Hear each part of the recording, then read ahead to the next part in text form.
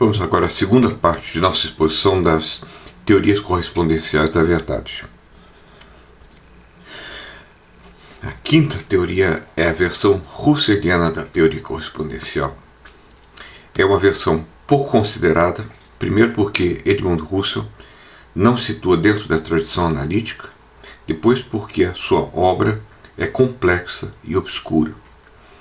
Apesar disso, a sua teoria é de interesse epistemológico. E eu seguirei aqui a interpretação de Mosteller, não sei como se pronuncia, baseada em Dallas, que foi um especialista em Husserl e mestre de Mosteller. Primeiro, para Husserl, os portadores da verdade, portadores secundários, são estados intencionais, que podem corresponder ou não aos seus correlatos. Os fazedores de verdade são intuições, que são representações perceptuais dos objetos como eles são em si mesmos. Ao mesmo tempo, ele acha que a correspondência entre portadores e fazedores da verdade depende da instanciação de universais nos mesmos. Então, as proposições são qualidades referenciais complexas que têm o mesmo status de universais. Vocês têm as proposições, que são universais, que elas se instanciam, se exemplificam em atos intencionais, que são os portadores de verdades, os estados intencionais ou atos intencionais. Esses atos intencionais são, para Husserl, atos doadores de significado. Por exemplo, eu penso em uma casa caiada de branco, uma casa pintada de branco. Isso é um ato intencional, um ato doador de significado, que exemplifica, instancia uma qualidade referencial complexa, que é a proposição que está no mundo platônico. Para Husserl, as proposições são os verdadeiros portadores da verdade, portanto, e não esses atos intencionais seriam portadores secundários da verdade. Similarmente, não mais no mundo cognitivo, no mundo epistemológico, epistêmico, mas no mundo real externo, existem instanciações, exemplificações dos universais. Por exemplo, lá está a casa. A casa, ela instancia o universal do branco. Ela exemplifica o universal do branco.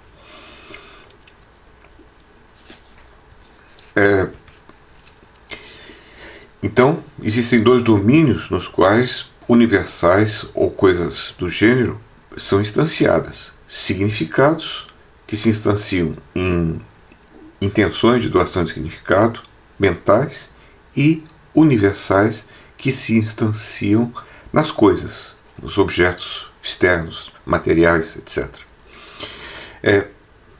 Para Husserl, as intenções de pensamento, intenções doadoras de significado, que são proposições instanciadas no pensamento, são portadores de verdade, enquanto as intuições dadas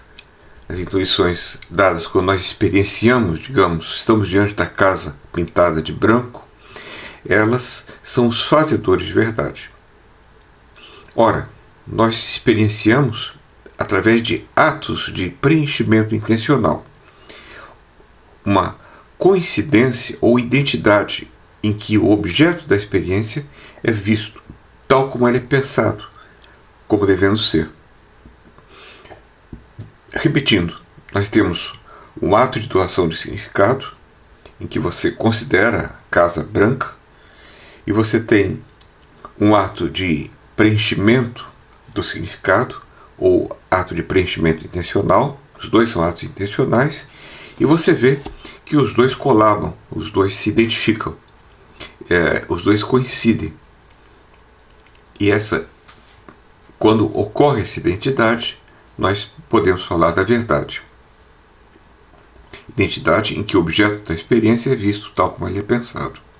E essa correspondência, essa coincidência, é para Russell a correspondência. A visão de Russell envolve uma relação de identidade entre instâncias de um mesmo universal. A verdade é a relação entre a proposição tomada como relação de qualidade referencial complexa ou universal, que está lá no seu platônico, portador da verdade, e o objeto sobre o qual é a proposição, que é o fazedor da verdade. Há três coisas envolvidas aqui.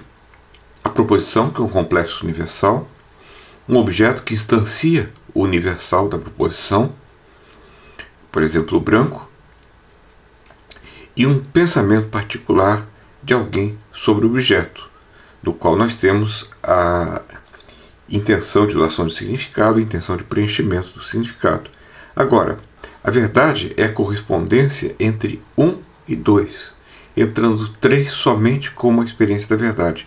É a correspondência entre a proposição como complexo universal no céu platônico e um objeto instanciando o universal da proposição, ou também complexo. A noção de objeto é uma noção muito vaga, pode incluir um complexo. A casa branca que está diante de mim, que tem tal e tal forma, 2 andares, etc.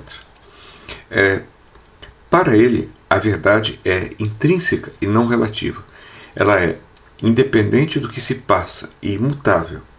Ela tem uma unidade ideal, como das leis lógicas, e é uma unidade ontologicamente independente. Quer dizer, essa casa branca, vista no século XX, em tal e tal lugar, ela é a proposição que afirma é eternamente verdadeira. Isso não pode ser mudado. Então, existe essa unidade ideal, essa eternidade da verdade, o fato de que também a verdade está fora do reino da causação natural e que está além do tempo. Ela está fora do tempo, ela é atemporal. Da mesma forma que em Frege e em outros autores, como Bolzano, da época de Russell, século XIX. Para Russell, a verdade é a experiência do acordo, citação, entre o significado e o que está presente, entre o sentido de uma seção e um dado estado de coisas. É a evidência interna, a ideia desse acordo cuja idealidade é também subjetividade. Verdade é correspondência entre proposições ideais e realidades objetivas. E a mente humana pode instanciar essa relação quando apreende a experiência de acordo entre o sentido de uma seção e o estado de coisas. Qualquer instanciação é uma instanciação da ideia formal de verdade. Por causa dessa transcendência do psicológico, a verdade se torna uma ideia objetiva, que ela se segura no mundo das ideias. Segundo Mosteller, para Russell, a correspondência é possível por causa de uma ponte. Primeiro, no domínio epistêmico, há uma instanciação de uma proposição ideal no ato de doação do significado. Segundo, no reino empírico externo, há uma instanciação do universal, também de algo ideal, no objeto existente. Assim, esse ideal é a ponte que une aquilo que é heterogêneo, o mental, com o físico externo. Mental subjetivo com o físico objetivo externo. A identidade do objeto intencionado com o objeto real resulta da identidade da idealidade daquilo que é instanciado. Assim, nós não precisamos de duas realidades heterogêneas que correspondem, mas trata-se, no fundo, de uma única identidade do ideal. E com isso se resolve, teoricamente, a questão da relação entre coisas heterogêneas que é demandada pela teoria correspondencial da verdade. Claro que isso traz problemas também. Requer platonismo, que é uma posição considerada pouco plausível, e é difícil também de entender como essa ponte funcionaria. Como nos relacionamos com essas ideias platônicas, com esses significados universais. Então, a solução de um problema cria outros, e assim como tem sido em toda a história da filosofia. Um outro filósofo que falou alguma coisa sobre verdade, relacionando Austin, Wittgenstein e Russell, foi Tugendhat, um grande escola. Para ele, as frases predicativas singulares, como Sócrates é barrigudo, elas têm uma estrutura que pode ser analisada. E a análise delas, na sua análise, nós encontramos para o sujeito, para o termo singular, Sócrates, uma regra de identificação. E para o termo geral, digamos F, ou é barrigudo, ou é falador, ou é sábio, nós temos uma regra de aplicação para o predicado, que depende da aplicação da regra de identificação do termo singular para poder ser aplicada. Primeiro você identifica e depois você predica. Ambas formam a regra de verificação da frase predicativa singular tipo FA. Quando ambas as regras se demonstram aplicáveis, a frase predicativa é verdadeira, caso contrário é falsa. A aplicação das regras ou verificação é o que devemos chamar de correspondência. Nas palavras do próprio Tugendhat,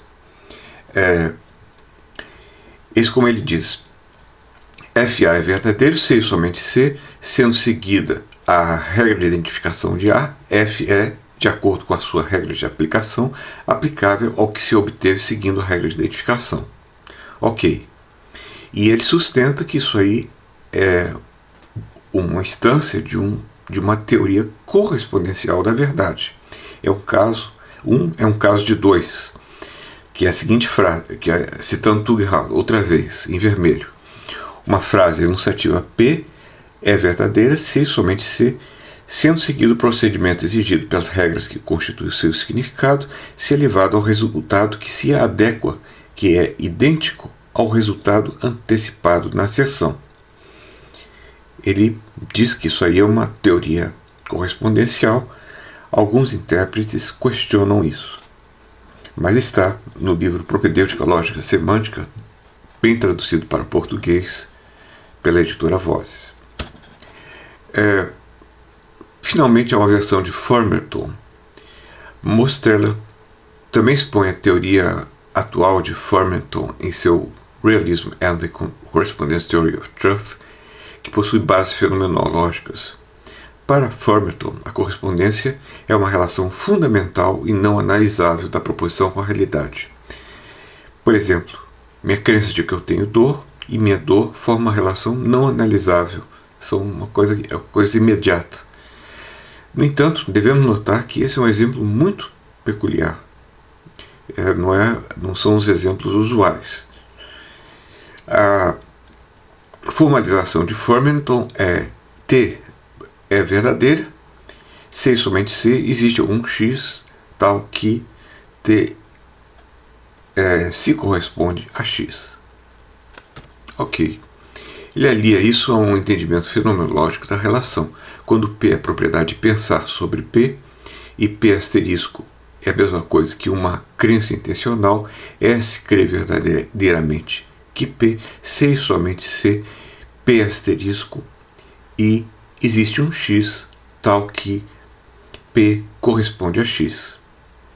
Formerton pensa que, sem admitirmos um estado de crença fenomenal intencional e o dualismo subsequente, não é possível pensar a correspondência. Isso é russeliano e nós concordamos com Formerton sobre isso. Não é um formalismo puro. Mosteller concorda, mas acha que para que chegarmos a isso precisaremos da ponte ontológica russeliana. As teorias da verdade, como nós poderíamos dizer, e vimos um pouco, são legiões, mas são quase todas insatisfatórias por uma razão ou por outra. Alguns críticos colocaram alguns problemas adicionais para a teoria correspondencial, como, por exemplo, o problema dos fatos estranhos. Há pelo menos 356.032 bolas, né, nessa mesa de bilhar. Ou há menos de 356 mil bolas. Não há um elefante cor-de-rosa nessa sala. Não há um elefante azul nessa sala. Corresponde ao que isso aí, se é verdade? Não há fatos. As respostas possíveis. Pode ser um fato inferido, que há cerca de 7 bolas nessa mesa de bilhar. Ou melhor, do fato de que há cerca de 7 bolas nessa mesa de bilhar, eu infiro que há menos de 356 mil. 2. Essa frase, não há um elefante cor-de-rosa nessa sala, significa a mesma coisa que é falso que há um elefante cor-de-rosa nessa sala. Ou seja, eu estou afirmando que o fato não existe. E 3, também é o mesmo que é falso que há um elefante azul nessa sala. Ou seja, eu estou dizendo que o fato não é o caso, que o fato não existe. Nada sugere aqui que nós sejamos forçados a admitir a existência de fatos negativos. É isso sobre a teoria correspondencial.